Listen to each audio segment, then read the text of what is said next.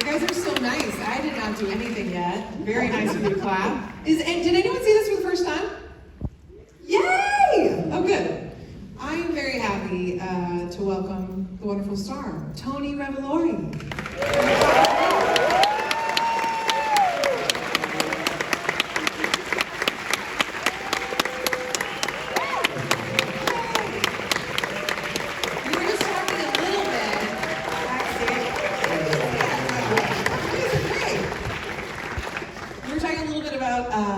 This movie's 10 years old, which is crazy. But Tony was a teenager when he got the role. Yeah. Can you tell us a little bit about the magic of stepping into Wes Anderson's world? I know you auditioned with your brother. Can you talk a little about that? Sure. I've been acting for a long time with my brother, and we just get an audition, no signs, no nothing. We show up, and it's Wes Anderson. They give us about 8 pages of sides right as we arrive, and then he and I work on it together. And about 2 weeks later, we get a call going, "It's down to you two." So fight to the death. But no, we went. No, he's not here.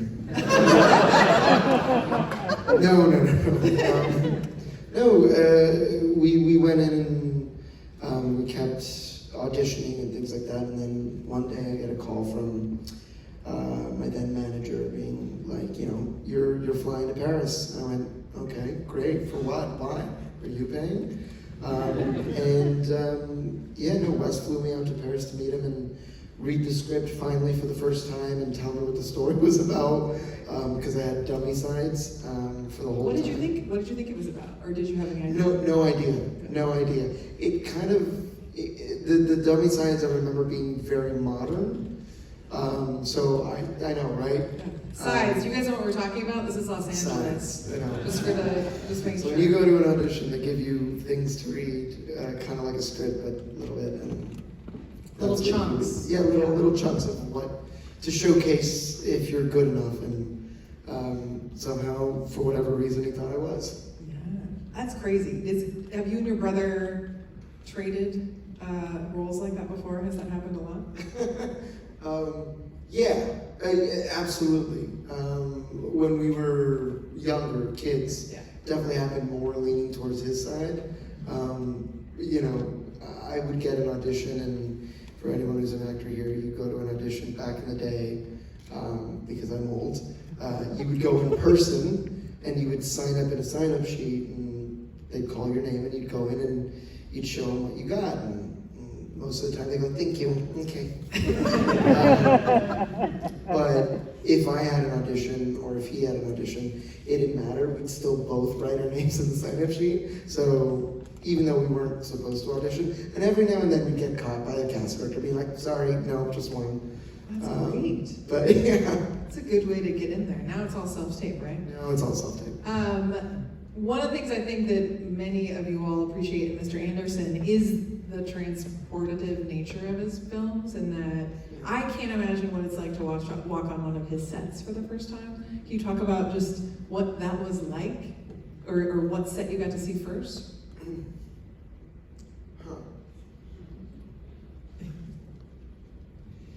I think the first set I got to see was the 80s version of the interior lobby of the hotel, because they built in layers. So when I walked into this department store that we had taken over, the lovely and wonderfully talented Adam Stockhausen had built the 80s set, so what you would see in the older version of Zero walking through the hotel. And to be honest, seeing them wrap that out and within a day pull it all back to the huge, it was incredible. But Wes's attention to detail is honestly incredible, and I've never really witnessed it on any other set I've been on.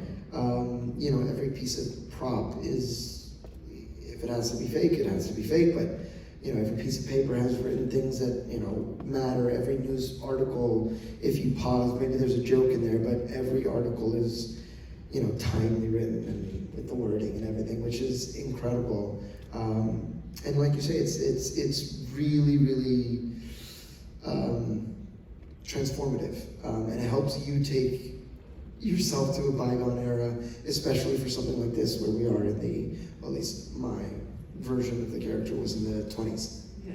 which is great. And I had a lot of fun running around. I didn't really have to imagine anything. There was no CGIs or anything like that. A couple green screens, because let's be honest, you know, we're doing some crazy stuff on there.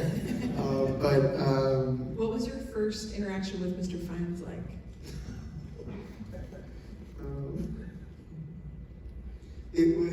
I was absolutely terrified, as anyone would, right? I mean, this is, you know, one of the greatest villains of all time, and with Goth, and I love Voldemort, which, you know, took a grip on every young kid's heart and soul.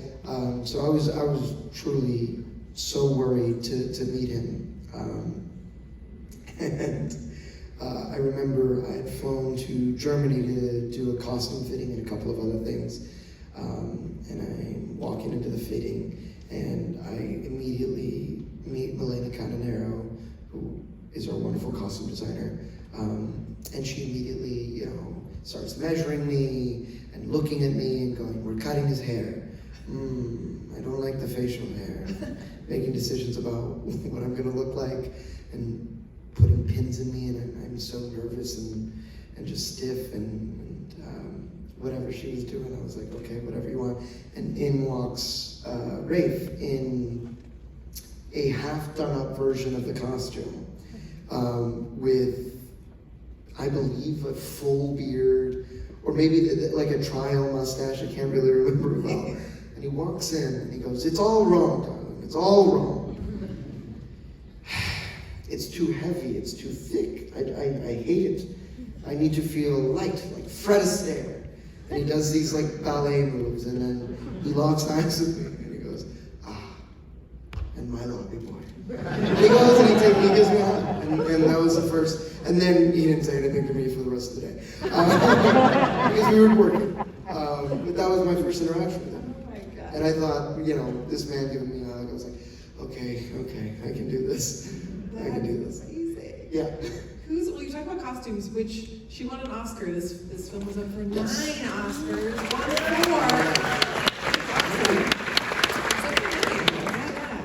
in my sweet Googling before we got here. Yeah. We mentioned costume, and hair and makeup also won an Oscar. Whose idea was the draw-on mustache? I think it was Wes's. If I'm not mistaken, I think it's in the script to do that. And then I remember at the end of the movie, when you see my version of Zero, young but slightly, you know, more grown up, he has a real mustache, finally. Yeah, triumphantly. I couldn't grow one. And that was like the one kind of pet peeve. He was like, "Hey, you can't grow one." I was like, "I'm 16. Oh, I'm sorry." But no, I'm pretty sure it was Wes's idea. And Rafe had a thing where he was like, "I'll put on the mustache myself." Or no, I'm sorry, excuse me, he grew it out, and he's like, "I'm maintaining it, I'm taking care of it." And I think Wes loved that attitude of, yeah, you take care of it yourself. So Wes was like, "You're drawing it on every morning." And I was like, okay. It is crooked every time. Which you see me do it in the movie, I think once when I'm getting ready and whatever. It's totally not okay, but you do what you can. That's part of its charm. It's part of it, but no, our lovely head of makeup, Frances Hannon, did a wonderful job and took care of all of that kind of makeup and facial hair. What did they use? Just an eyeliner? Eyeliner. I think I still have the pencil they used somewhere. Somewhere. So maybe I'll pull it out one day. That's great. Well, you're segueing into my other favorite question to ask is what's your favorite keepsake? Like something you got to keep from making of the film? The eyeliner pencil is pretty great. The eyeliner pencil is great. There's a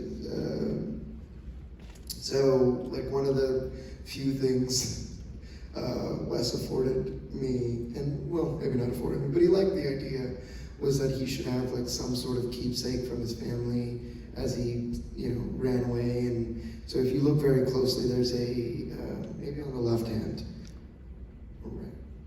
No, left. Oof.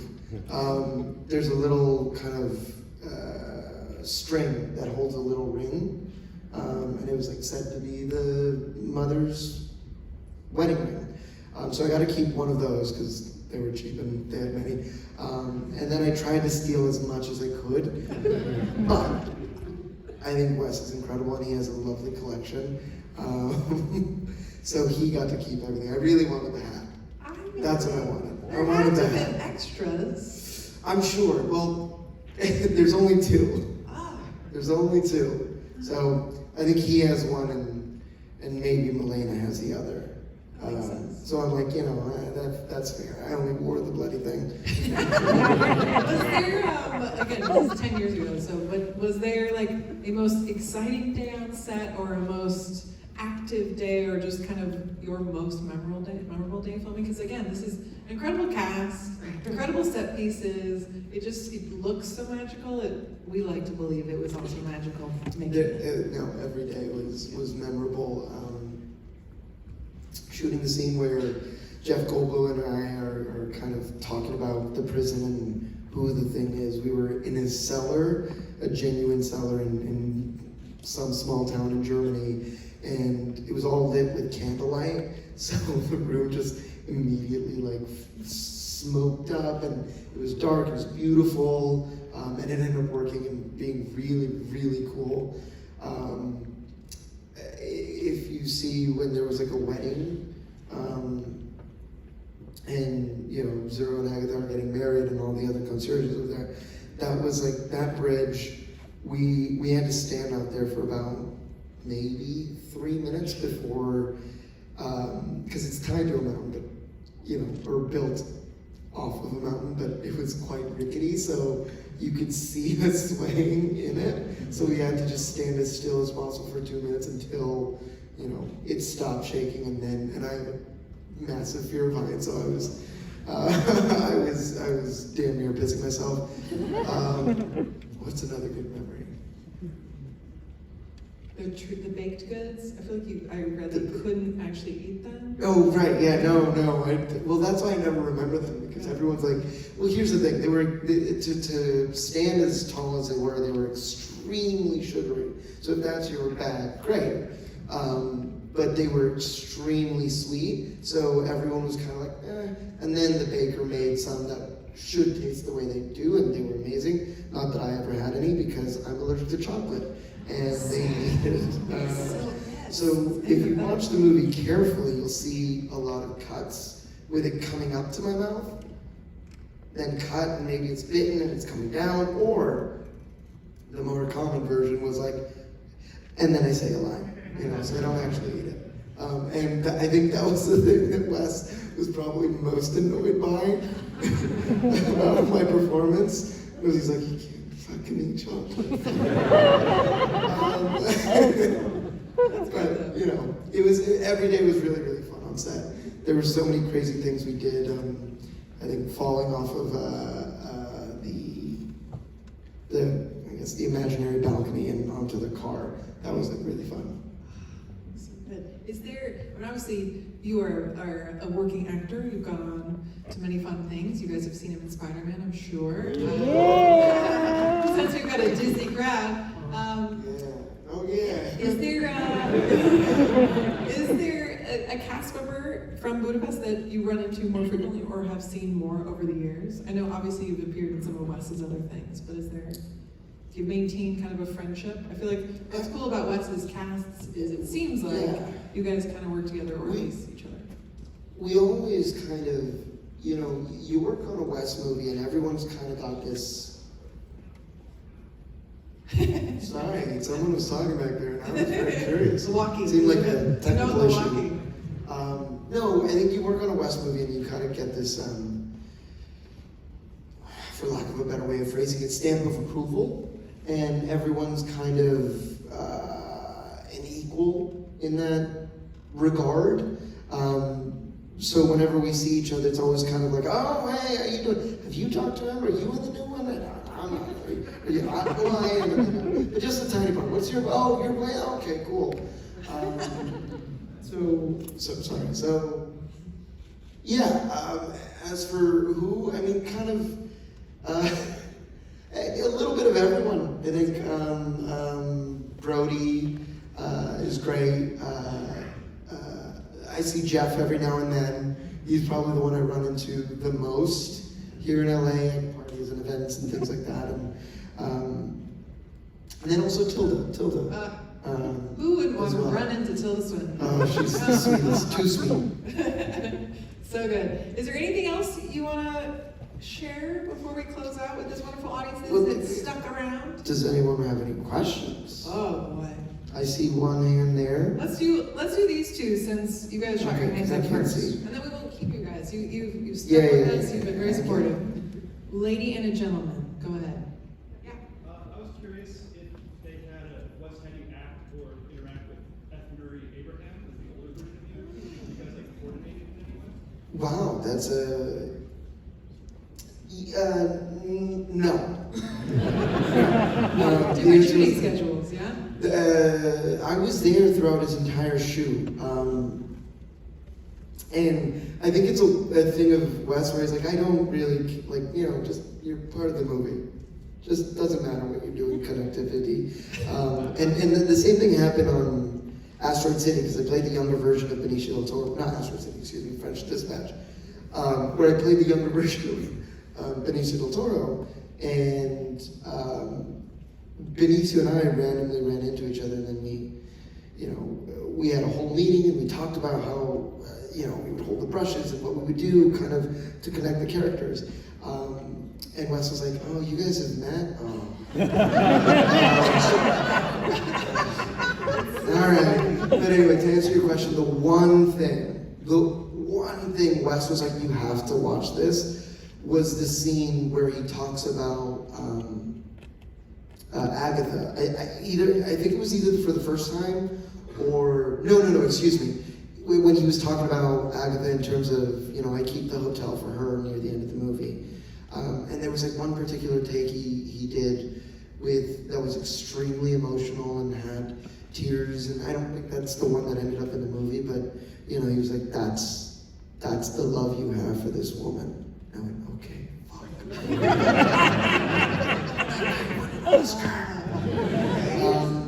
So yeah, that was the one thing that he let me, well, maybe not connect with him, but he was like, match that. So yeah, sorry, there was one Yes, year. lady in pink or red, yes? Yes. Yeah. What would you say was your greatest learning experience while working on the film? Say that one more time, sorry. What was your greatest learning experience while working on the film? Not to fuck up. No. Excuse me if there's any kids here, I curse. Sorry for the socials as well. That's what the bleep thing is for. It's fine. That's true, sorry, Searchlight. No, the biggest lesson I think was to just work hard, kind of believe in yourself. I was terrified, right? Everyone there had an Oscar nomination or a win or multiple to their names, and well, that's not the end all be all. It does show the pedigree of these working actors. So I was quite nervous, and by the end of the film, they all thankfully helped me feel like I belonged. But then personally myself, I had to believe I belonged to give the performance I wanted to, and I guess that's a sense of confidence. So I think that was the biggest thing I learned, the biggest lesson. And also, memorize every single one of your lines and your co-star's lines, and that'll impress the director really, really well. I also feel like just by observation, just watching everyone work in that. It was great, but it was really bad when I was so terrified that I read the script forward, backward, side to side, whichever way you want, Japanese style. I just read this thing every night It was my Bible. So much so, and I have a photographic memory. So I memorized the entire script, all the stage directions, all the things, and then he has these little animated storyboards, which I memorized those as well. So much so that I think the script supervisor got really pissed because she was like, what am I doing here? When Wes would be like, what side do you enter on the animatics? I'm like, left. The worst was, Rafe and I are doing a scene and he'd go, Tony, did he say his lines correctly? And I'm like, you want me to tell him he did it wrong?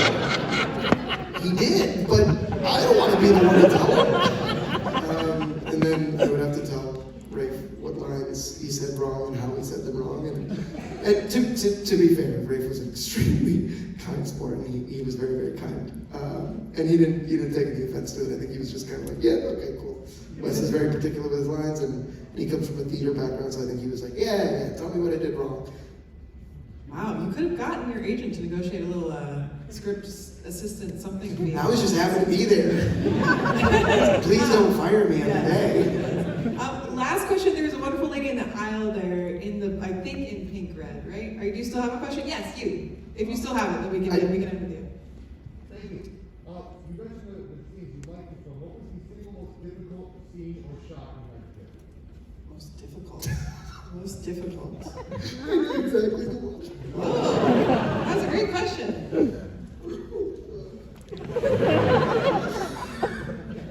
It's not even anything, like there were so many different things that were technical and hard, and we were battling so many different things, and I had to hold a glass of milk and not spill and run and this and that, and none of it was as much as hard as I think we did 62 takes of, no, maybe 70. 72? Might have been 72. 72 takes of the moment Harvey Keitel gets up out of like the hole from the prison and slaps me.